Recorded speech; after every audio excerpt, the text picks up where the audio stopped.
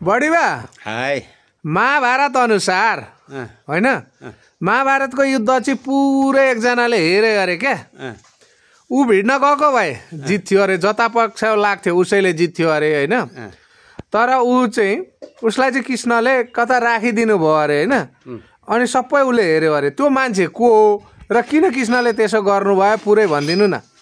त्यो बर्बरिक भन्ने एउटा देशको राजा थियो, सानो सानो टुक्रा देशको राजा थियो। अनि अब कसले हार्छ त्यसलाई सहयोग गर्न जान्छु भनेर ऊ जाँदै गर्दाखेरि कृष्ण बाटामा एउटा बाहुन भिक्षा माग्ने जस्तो बाहुन बसेर बाटा उसलाई सोधे, तपाईँ कहाँ हिँड्नु भएको, तपाईँ को हो भन्दा म बर्बरिक राजा हुँ, यो पाण्डव र कुरुक र पाण्डवको लडाइँ हुन्छ भने सुनेर कसले हार्छ त्यसैलाई मद्दत गर्न हिँडेको भनेर भन्यो बर्बरिकले। अनि कृष्णले होइन तपाईँसँग त हतियार छैनन् त केले युद्ध गर्नुहुन्छ भन्दा मलाई हतियार धेरै चाहिँदैनन्, मसँग सेना यी 3वटा छन् भने। अनि त्यो 3वटा सेनाले युद्ध जित्नुहुन्छ भनेर कृष्णले सोधे, अर्थात् ती बाटा उभिने बाहुनले। अनि यो 3वटा चाहिँदैन, दौडैले काम गरिहाल्छ, त्यो एउटाको त कामै छैन भन्यो बर्बरिकले। कसरी भने एउटा पठाउँछु र मृत्युस्थान पत्ता लाएर आउँछ, अर्को बाण पठाउँछु सबै ध्वस्त पारेर आउँछ भनेर उसले भन्यो।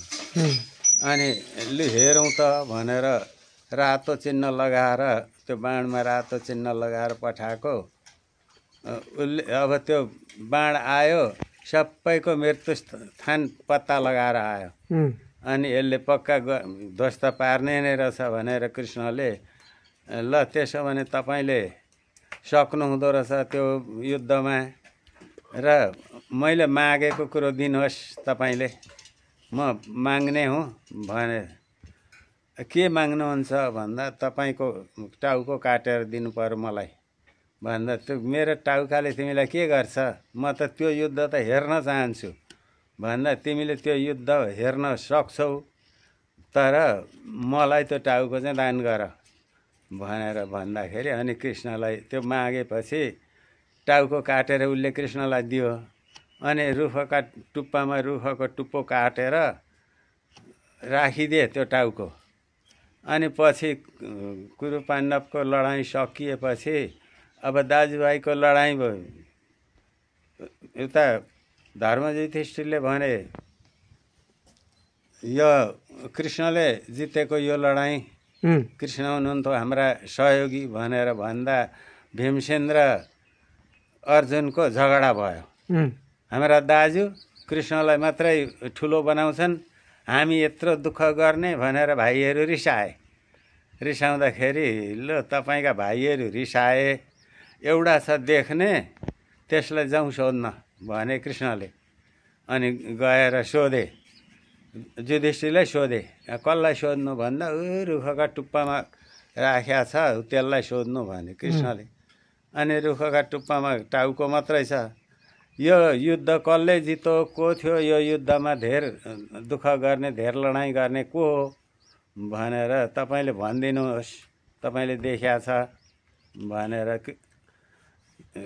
धर्मयुधिष्ठिरले सोद्धाखेरि उसले भन्यो, मैले अरू कोही पनि देखिनँ, एउटा विष्णुको सुदर्शन चक्र घुम्थ्यो, द्रौपदी सबैको त्यो खुन अजुलीले उगाउँदै खाँदै गर्थिन्, मैले त्यति मात्रै देखेँ, अरू केटाकेटी खेल्थे, मसिना केटाकेटी खेल्थे, त्यस्तै मात्रै देखेँ भनेर त्यो टाउकाले भनिदियो।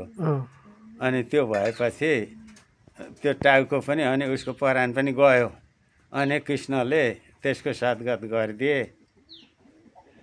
त्यसरी सबै उनले चाहिँ छिनोफानो गर्थ्यो, कसले चाहिँ जितेछ त भन्दा अन्तिममा कृष्णकै खेल रहेछ। कृष्णकै खेल, सबै कृष्णकै खेल। त्यही सुदर्शन चक्रले जितो। एउटा कृष्ण देखेँ, सुदर्शन चक्र देखेँ। अनि द्रौपदीले ती जति मारेका मान्छेको खुन अजुलीले उगाउँदै खाँदै गर्थिन् योगिनी जस्ती भएर अरू केटाकेटी मसिना केटाकेटी खेल्थे को खेल्थे धेरै थिए केटाकेटीहरू त्यस्तै देखेँ मैले भनेर भनिदियो उसले ए ल बढी बा यति भनिदिनु भएकोमा त्यो बङ्गलादेशको राजा बर्बरिक ए ल